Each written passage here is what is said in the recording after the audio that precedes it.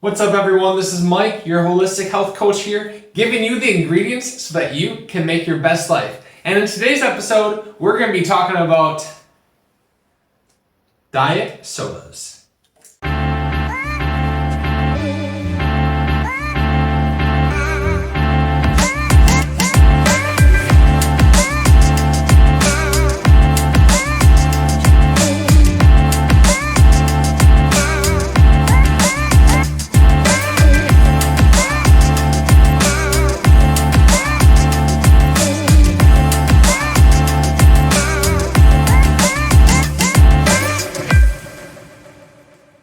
So recently, Dr. Chen Wei from the Peking Union Medical College came out and made some claims about diet sodas.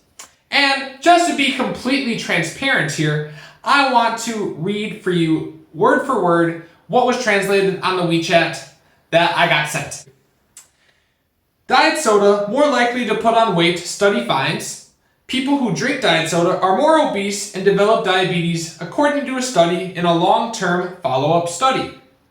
According to the doctor's analysis, 0 calories and 0 sugar drinks, aka this diet soda right here, are healthier and safer than ordinary drinks.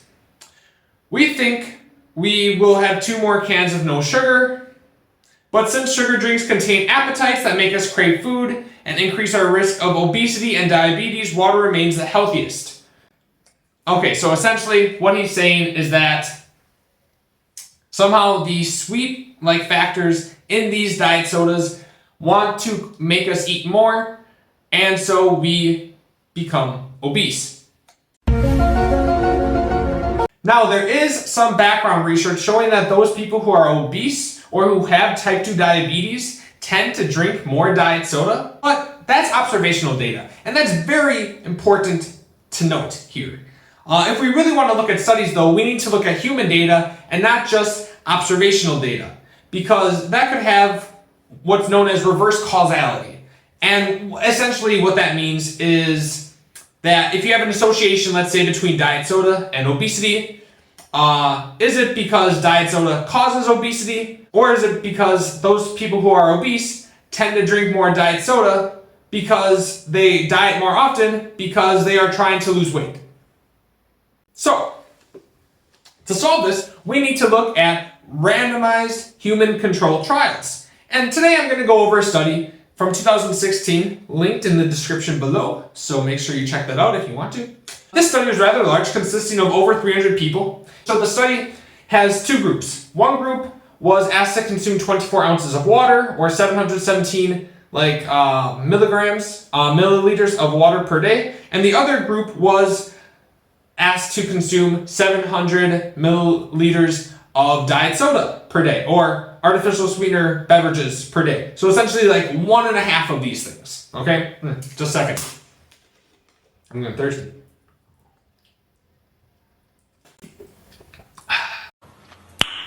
Nice. Now, what's important to note about this study is how well controlled it was. So each participant was scheduled to go to monthly meetings. They were given the same kind of like nutritional information and nutritional advice, and they received the exact same instruction. That's very important to know. The only real difference here is that, again, one group consumed at least 700 milliliters or 24 ounces of artificially sweetened beverages every day, and the other group refrained from all artificially sweetened beverages and consumed 24 ounces of water per day. The other cool thing about this study actually is that they tried to control for calories as best as they could.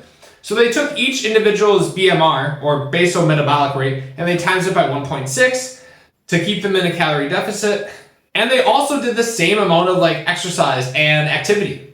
And both groups adhered to this. And this was done, there's 2 phases. One phase was a weight loss phase consisting of 12 weeks, and the other phase was a 40-week phase for a maintenance period, trying to decide how much weight did they regain after this weight loss period was done, when they were out and about in the real world.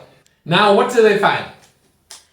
Well, if Dr. Chen Wei's hypothesis about diet soda creating a sweet craving and making us want more food was actually accurate, or it could somehow increase your insulin and therefore you go into storing more fat regardless of caloric consumption, or if it somehow disrupted the gut microbiome and messed up your blood glucose and insulin sensitivity and all that stuff. If that was actually true, then we would expect to see any of those results after a year, which was how long this study was. And that is not what happened.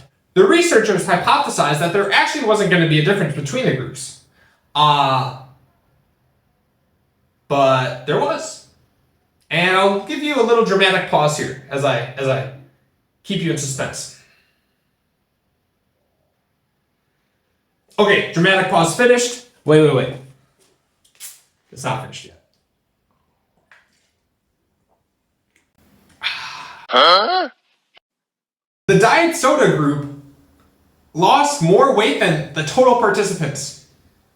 They lost 3 kg more body weight, and they also kept it off in the maintenance period, like 2.5 kg more than all the total participants. They had 300 to start or something, but like only 223 of them actually completed the whole thing, meaning they adhered to everything and they went to all the monthly meetings and that stuff. So out of those people, that is what happened. But out of the people that actually completed the whole thing, they actually had a 5 kg difference in weight loss and better maintenance as well. In fact, it was so amazing that the researchers had no idea what to make of this study. They were kind of dumbfounded. And to be honest, I don't really know either. Because I'm not saying that like diet soda has some sort of magical fat burning properties. That's not what I'm saying. And there's no data to support that. However, I do think what happened, and maybe what the researchers postulated, is that because the diet soda group had some sort of sweet flavor in the soda, they weren't seeking out that sweetness in other areas of their life, like the food that they ate. And so, this most likely resulted in a lower caloric consumption, despite the efforts by the researchers to control for this. And so as far as blood markers go, what did they find there? There wasn't any difference in blood factors, in blood markers at all. Actually, the group that had the diet soda group, had a significantly lower blood pressure than the group who didn't have diet soda. Again, this isn't due to diet soda, probably. It's due to the fact that they lost more weight. They lost 5 more kg than the other group. What's really cool is that this backs up another study by Blackburn et al., which again is here on the screen. And it's over a 2-year period of the study, it showed that the aspartame group lost significantly more weight overall and regained significantly less weight during maintenance and follow-up than did the non-aspartame group. And if you want more evidence, in another study done by Tate et al., it showed that replacement of caloric beverages with non-caloric beverages as a weight loss strategy resulted in an average weight loss between 2% to 2.5%. Now, before you start running for the hills and go grabbing your diet sodas and stuff, there are studies that also show that diet soda has no significant reduction in weight loss, which is what you would expect if each participant was getting the same amount of calories. And what I believe is really going on here is that diet soda is satiating, and it has some sort of appetite suppressant effect, kind of like coffee. The group getting water in the study, they felt higher levels of hunger than the other group that was getting the diet soda. And I know personally, just for myself, that I'm not as hungry when I have a diet soda. If I'm trying to stave off hunger, then I'll have a diet soda. And I think it's like the carbonation of the drink that makes me less hungry. If you're trying to use diet soda as a weight loss or to help you with weight loss, then it could be a very good tool. Now, as far as diet soda being unhealthy in terms of the gut microbiome or the blood markers, well, this study would have shown that, but it didn't. And while there are studies in rats and in E. coli strains and petri dishes that show that diet soda is bad for you, these studies also should be taken with a grain of salt, because they have given like these rats or these petri E. coli dishes the most outrageous amounts of aspartame or artificial sweeteners that you could ever give someone. And under normal human conditions, in human studies, it's not shown. There is not a single piece of data shown that diet sodas lead to any negative effects in humans. Essentially, too much of anything is bad. Even water. It's called drowning. Now, I'm not saying here that you should go out and drink diet sodas.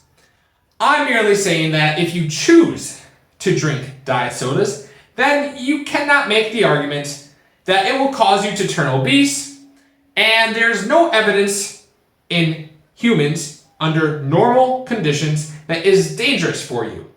If anything, you can make the argument that it aids in weight loss because of the 3 studies that I've just cited, due to its appetite suppressant effect. And again, like, the appetite suppressant effect is just my postulation. I don't have any like data showing that, but most likely that is what's happening here. And when you reduce and when you eat less, you consume less calories, and therefore you lose more weight. That's as simple as it gets, folks. Anyways, guys, that is it for this video. I hope that dispels any of your concerns about Dr. Wei's claims that diet soda is bad for you and it's going to make you obese. It's not. No human data supports this, and just because he's in a white lab coat with a nice little tie doesn't mean he's always right. Until human data does support this, I'm just going to continue drinking my diet soda.